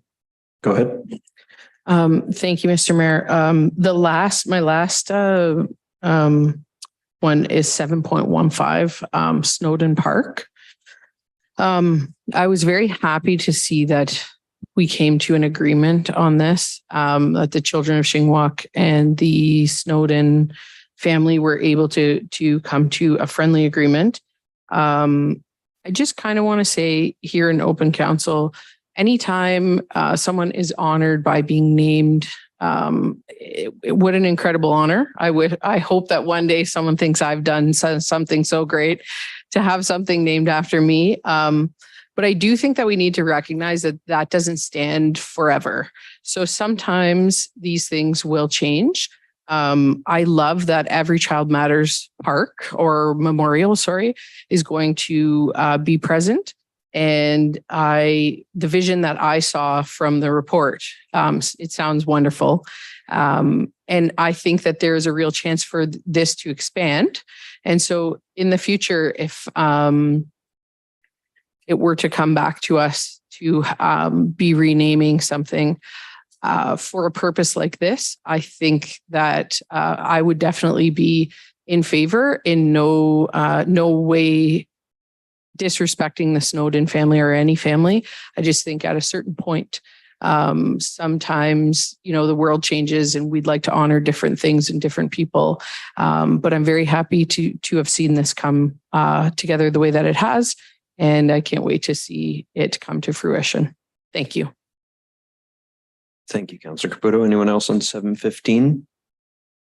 Just like to note that the parties worked extremely well together here and worked through the Recreation and Culture Subcommittee. So thank you to Ms. McLeod for spearheading that through the committee. And I know that the family and the children of Shingwak and and Mr. Elliott, who was the descendant of Mr. Snowden, were all very pleased with the outcome, and I'm happy that everybody's been able to come to an agreement on it. So, thank you to staff and to everybody involved for seeing this excellent result. Councillor Caputo, any other matters on consent? Anyone else with matters on consent? I would just like to acknowledge, I believe it's on 7.10, Memorandum of Settlement with QP 67. Not a question, but rather just a comment that I appreciate that a number of our large unions have been negotiated to have National Truth and Reconciliation Day included in our collective agreements, and that will be a nice way and an important way to work towards reconciliation. It was one of the recommendations of the Commission on Truth and the Commission on Truth and Reconciliation, the formal name of which escapes me at the moment, but it is an important step down the path to reconciliation. So thank you. Seeing no other questions on, sorry, Councillor Dufour. Mr. Mayor, I just wanted to bring up 7.1. 7.1, yes. Yeah, my question is through you to you. Do you know when we would expect to hear back on whether or not the pilot will be made permanent? The pilot expires in February of this coming year of 2024. And so we are actively working with our northern neighbors to find a solution to making it permanent. And there has been much correspondence from all of the communities to the minister recently. I'm in fairly regular contact with our MP, Mr. Sheehan, to bend his ear and to bend his government's ear on making this permanent. We are hopeful that before summer is up, we will know more about whether or not it is, they have heeded our calls to make this permanent. Well, Mr. Mayor, I'd like to commend your efforts and add to my voice my support for this program. I've recently been invited to sit on an economic development task force for AMO, along with mayors of several other big cities in Southern Ontario. And one of the topics that we spent a lot of time talking about is the role of municipalities can play in skills development and in coordinating some of these economic development resources. And this is something that we already have in pilot form here in Sault Ste. Marie. So I think it's really important that we hold on to it and continue to build off of its successes. I think you have a really great Rolodex of other supporters here to add to your case, and I wish you the best of luck. Thank you, Councillor Dufour. If any of the partners that are part of the Economic Development Committee wish to endorse our efforts to make this pilot project permanent, I think we would very much welcome that. Anyone else with matters on consent? Seeing none, we can have a vote on the consent agenda. So I have a motion by Councillors Spina and Scott, resolved that all the items listed under date June 19, 2023, agenda item 7, consent agenda be approved as recommended. All in favor? Motion carries. And that brings us to agenda item 8.1.1, CAO recruitment next steps. And I understand that councillors Bruni, Caputo, and Vezo Allen have indicated interest in being named to the CAO selection committee. Council, there is a report of the CAO on there. Does anyone have questions on the report? Councillor Gardy?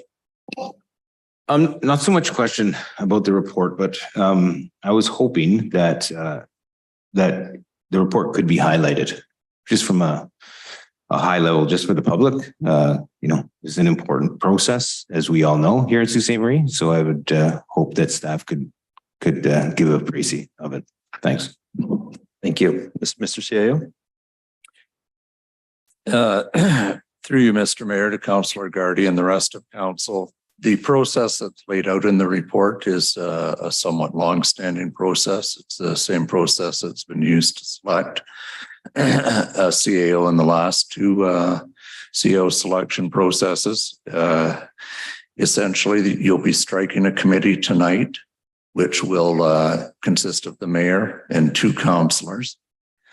That committee will utilize first the Director of Human Resources as a resource, but then shall likely entertain obtaining a recruitment firm to assist with the rest of the process. There's that will occur between now and the end of the summer, not only obtaining a recruitment firm, but also then working through what the committee needs to do to properly put out a call for applicants. You have to do things like a community profile. The existing job description has to be reviewed, and how you are going to advertise it and how you're going to communicate it has to be reviewed, especially in a challenging environment such as recruitment is today. Following those steps, it's really like many other job recruitment processes. There'll be a call for applications. There'll be a review of those applications. There'll be an initial short list of applicants selected for a preliminary interview. Generally, it goes to a second interview. And eventually, once the committee is ready to recommend someone to council as a whole, there'll be a meeting with council as a whole to review things and get council's approval of that. And then it'll come to council in open session to do the formal selection and appointment. And if I could just add to that, in the past, 2 selection committees at kind of milestone intervals that took place, the mayor, who chaired the committee of the day, brought reports on the progress of the process, and I would anticipate doing something similar throughout this process.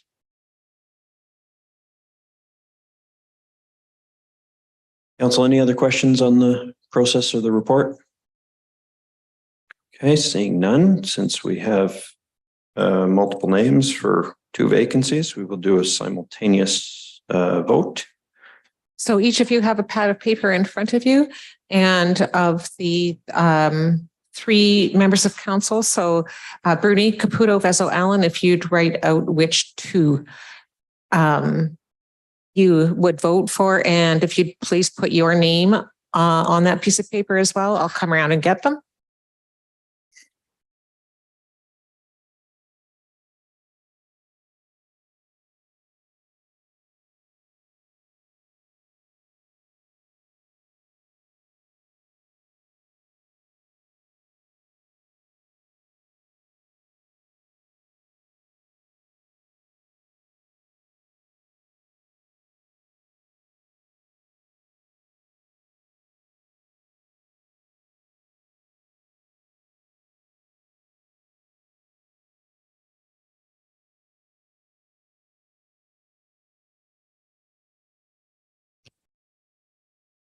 Mr. CAO, will you record as I read? Councillor Gardy, Councillor Bruni, and Caputo. Counselor Vezo-Allen, Counselor Vezo-Allen, and Caputo. Counselor Kinnock, Counselor Bruni, and Caputo. Counselor Zacordo, Counselor Bruni, and Counselor Caputo. Counselor Spina, Counselor Vezo-Allen, and Counselor Caputo. Counselor Caputo, and Vezo-Allen. Counselor Scott, Counselor Bruni, and Counselor Caputo. Counselor Dufour, Counselor Caputo, and Counselor Vezo-Allen. Counselor Bruni, and Counselor Caputo. Mayor Shoemaker, Counselor Bruni, and Counselor Caputo. Okay, Mr. CAO.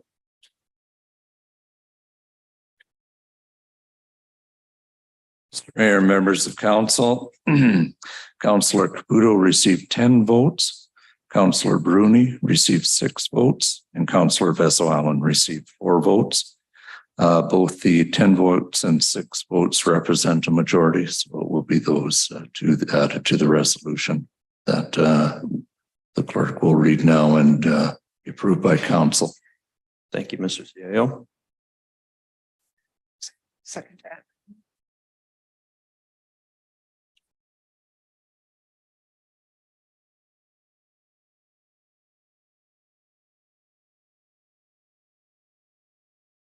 So the motion is by Councillors Spina and Gardy. Resolved that the report of the CAO dated June 19, 2023 concerning CAO selection process be received and that the following recommendations be approved.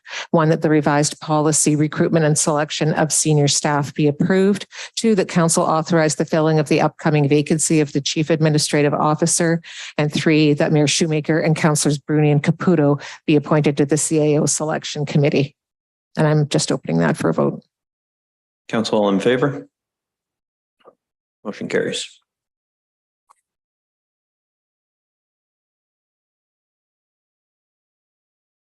Councillor Gardy?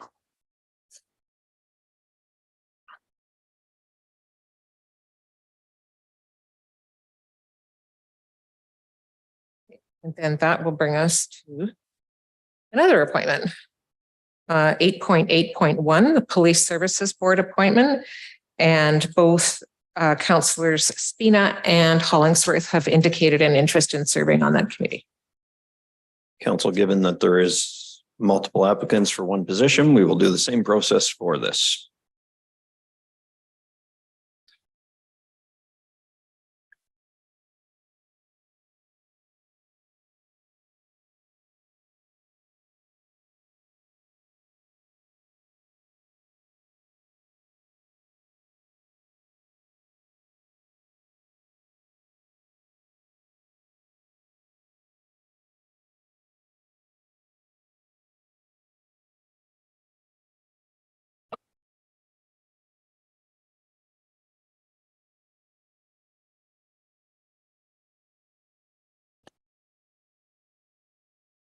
You.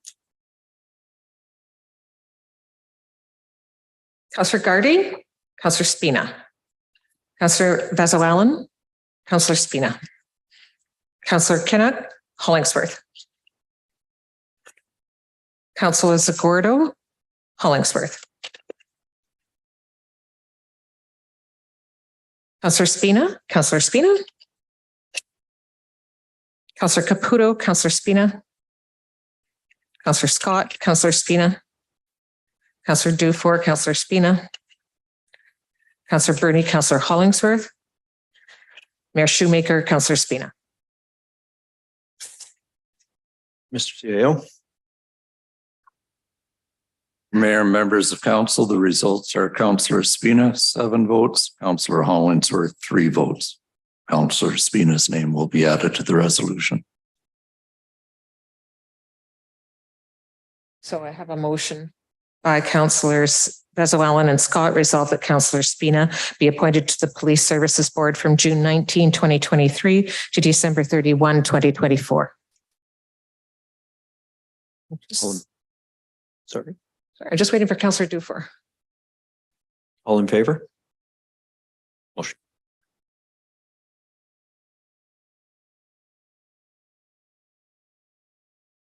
That brings us to agenda item 9.1, the Bear Train. It's a motion by councillors Vezo, and Scott, whereas the Algoma Central Railway passenger train service between Sault Ste. Marie and Hearst was discontinued in 2014 when the federal government determined it no longer qualified under the Remote Passenger Rail Program. And whereas this essential service supported significant economic, employment, and tax generation. And whereas as a result of the cessation of this service 8 years ago in July 2015, access has been denied to and caused substantial hardships for many First Nations people, municipalities, businesses, trappers, forestry workers, miners, and residents. And whereas passenger train service is necessary for First Nations people to access remote regions of their traditional territories, including spiritually significant locations.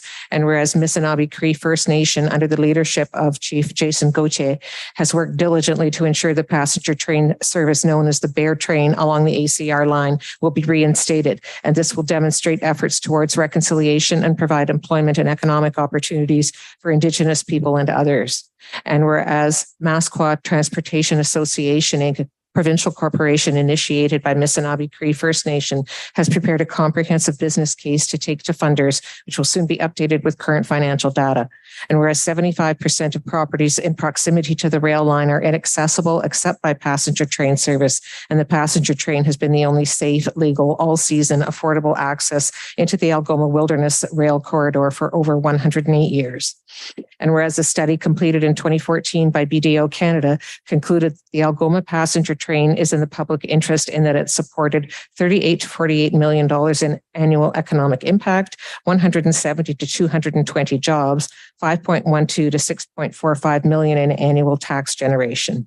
Now, therefore, be it resolved that Sault Ste. Marie City Council supports the Missinaba Cree First Nation and the Masquat Transportation Association, Inc., in the development of the Masqua Utaban, the Bear Train, and are committed to working closely with Missinaba Cree First Nation on this initiative, a much needed transportation alternative for Sault Ste. Marie, a major northern transportation hub.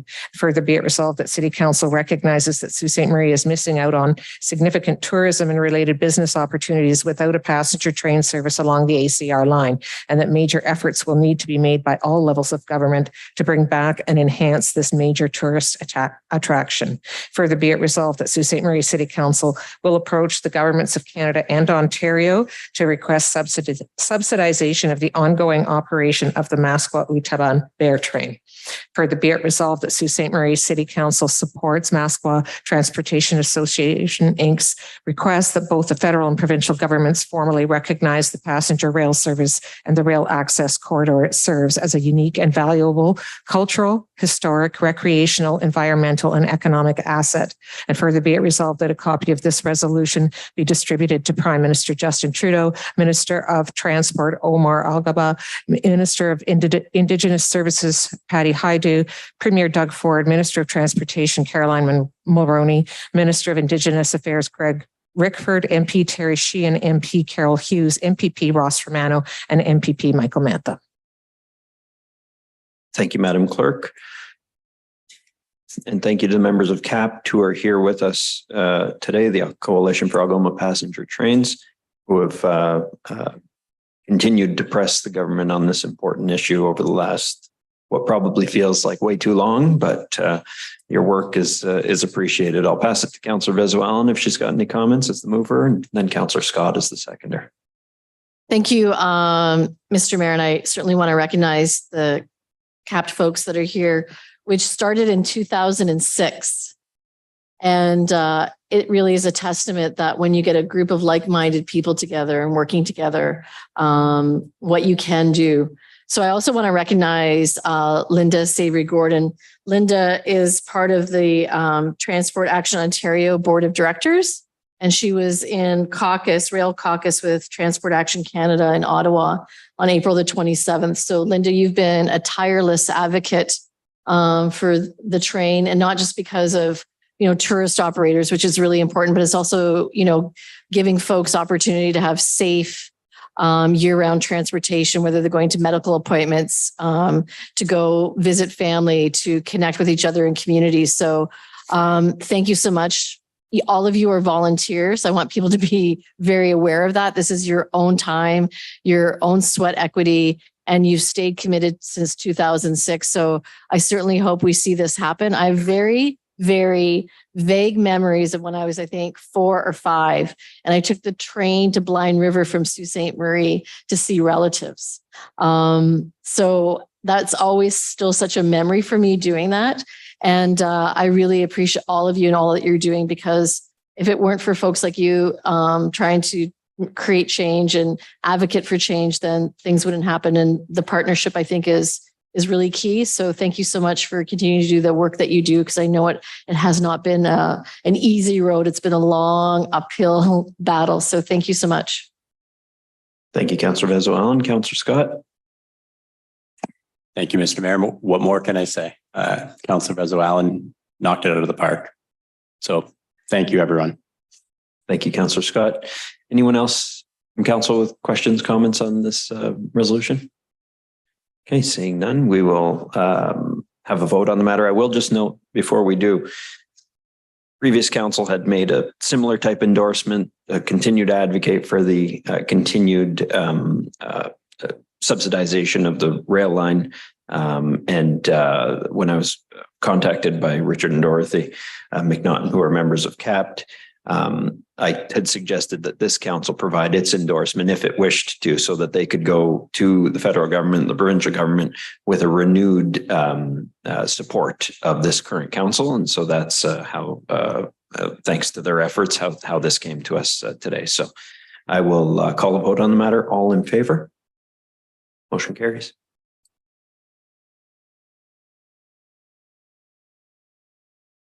Motion passes unanimously. Will take us to the consent motion for bylaws. I have a motion by Councillor Spina and Gardy, resolved that all bylaws under item 12 of the agenda, save and accept bylaw 2023-101 under date June 19, 2023 be approved. Oh, are we separating out, Madam Clerk, the official plan amendment for 2023-104, which I've got the conflict on, and then 2023-105? Oh, that's right. Yep. And then I believe 104 and 105. Okay, just probably one second. for Councillor Dufour as well. Unless it's on here. Yeah, just a second. Okay,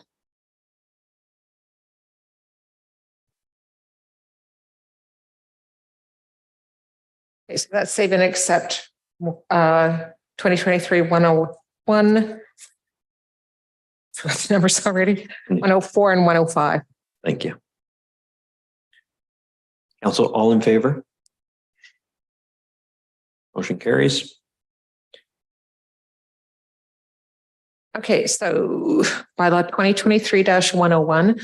It's a motion by Councillor Spina and Gardy, resolved that bylaw 2023-101 being a bylaw to approve the standard form tourism development fund agreement and delegate to the Director of Tourism and Community Development signing authority to execute same on behalf of the city when the monetary amount is up to $10,000, which delegated authority shall be effective after the applicable TDF agreement has been reviewed and approved by the legal department, be passed in open council this 19th day of June 2023.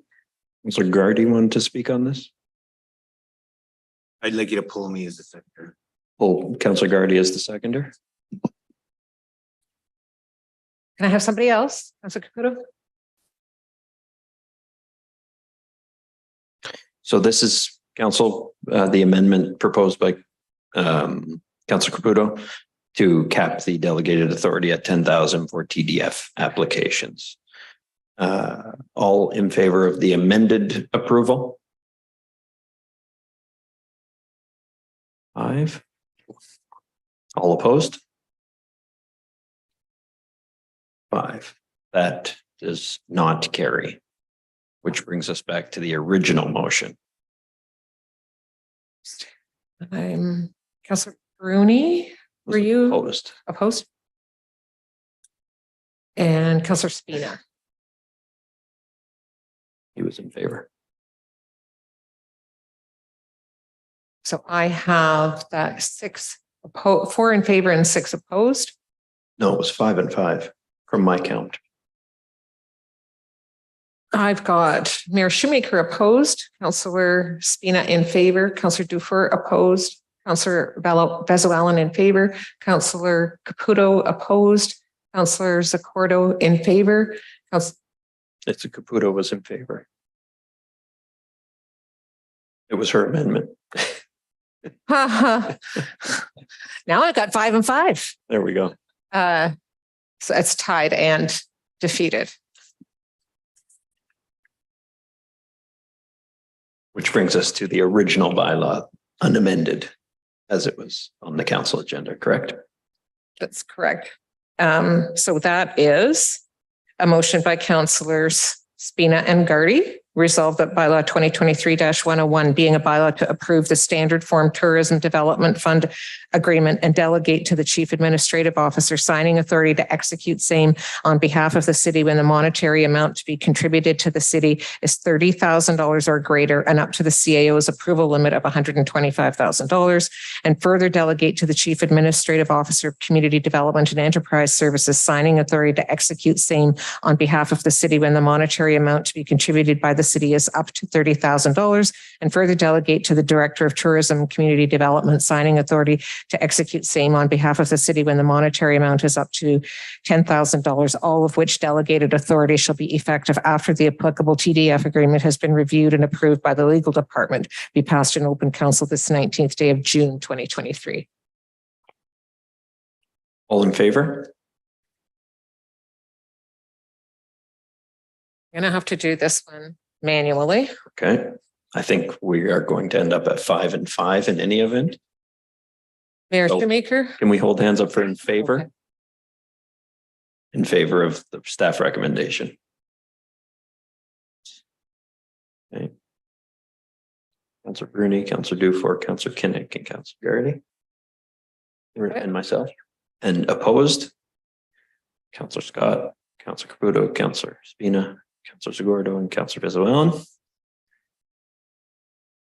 Which is also defeated. Which results in the current process being the process we are going to stay with, which is that every application comes to us for approval. Okay. So I will vacate the chair for these next two bylaws.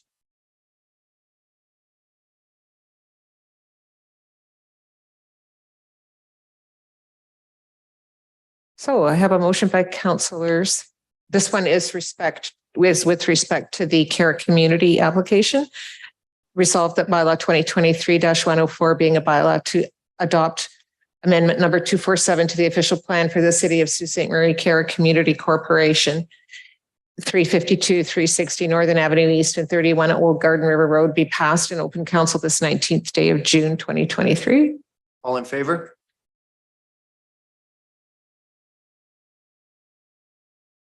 Do I? I'll do it for you. Are you in favor? Yes. Councillor Vezoalen and Councillor Bruni. And there's another one. That was the OP. Now we got this. Motion by Councillor Spina and Gardy, resolved that bylaw 2023-105 being a bylaw to amend Sault Ste. Marie zoning bylaws 2005-150 and 2005-151 concerning lands located at 352, 360 Northern Avenue East and 31 Old Garden River Road, Cara Community Corporation be passed in open council this 19th day of June 2023. All in favor? Carries unanimously.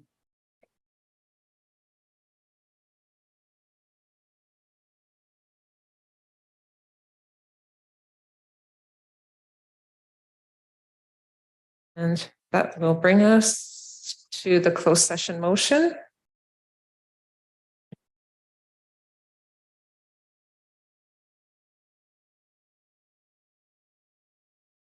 As a motion by Councillor Spina and Scott, resolved that this council move into closed session to discuss one item relating to a plan to be applied to negotiations and one item concerning a proposed acquisition of land. Further be it resolved that should the said closed session be adjourned, the council may reconvene in closed session to discuss the same matters without the need for a further authorizing resolution. All in favor? That carries. Before we get to the adjournment motion, I'd just like to remind the community that we passed the new procedural bylaw tonight. So our next city council meeting on July 10th will start at 5 o'clock instead of 4:30. So if you're tuning in at 4:30, you're going to see Shaw Spotlight for half an hour. A motion by Councillor Spina and Scott, resolved that this council now adjourn. All in favor? Motion carries.